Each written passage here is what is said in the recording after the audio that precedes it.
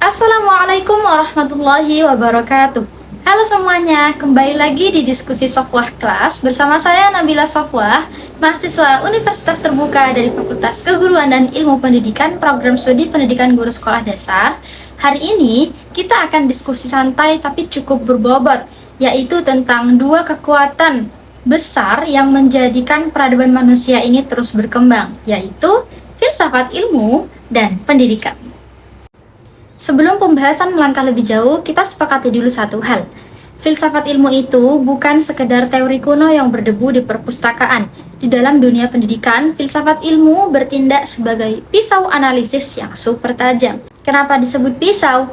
Karena dia membedah pendidikan secara radikal, mulai dari dasar kebijakan, keilmiahan kurikulum, serta moralitas dalam proses pembelajaran kita sehari-hari.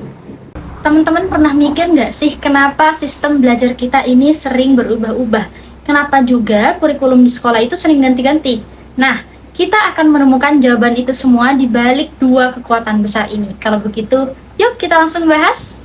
Pisau analisis ini mempunyai tiga pilar utama yang biasa kita sebut sebagai tiga pilar filsafat ilmu yang pernah kita bahas di diskusi sebelumnya.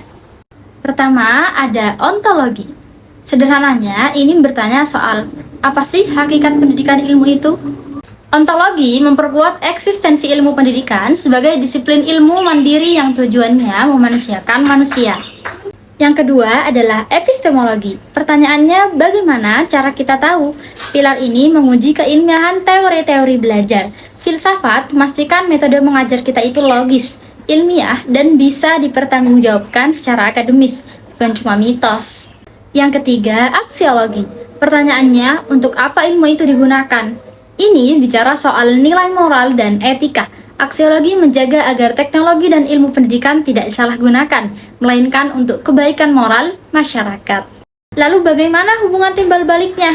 Nah, teman-teman bisa lihat di sini, hubungannya adalah simbiosis mutualisme, saling membutuhkan dan saling menguntungkan.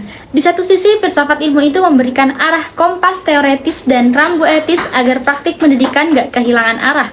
Tapi di sisi lain, pendidikan yang bermakna dan kaya akan interaksi sosial itu juga memicu perkembangan filsafat ilmu, seperti kelas-kelas diskusi, riset ilmiah mahasiswa, juga tantangan zaman yang baru.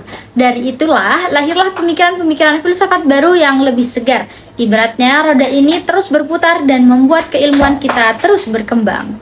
Nah, biar nggak terlalu teoretis, kita bedah contoh konkretnya dengan topik hangat yang ada di sekitar kita ya. Contohnya adalah kurikulum merdeka. Pasti kalian semua pernah mendengar bukan? Kita bedah pakai pisau analisis tadi ya. Nah, secara ontologis, kurikulum ini memandang siswa bukan sebagai kertas kosong yang bisa dicoret-coret sesuka guru, melainkan individu merdeka yang punya potensi unik masing-masing. Keren banget bukan? Ternyata filsafat ilmu dan pendidikan itu sedekat itu ya dengan kehidupan kita sehari-hari. Kesimpulannya, filsafat tanpa pendidikan itu mandul, tapi pendidikan tanpa filsafat itu buta. Semoga penjelasan singkat ini bisa memantik pemikiran kritis kita semua untuk menjadi penggerak pendidikan yang lebih bijaksana di masa depan. Terima kasih atas perhatiannya. Kalau ada tanggapan atau pertanyaan, yuk kita diskusikan di kolom komentar. Thank you for watching dan sampai jumpa di diskusi berikutnya. Wassalamualaikum warahmatullahi wabarakatuh.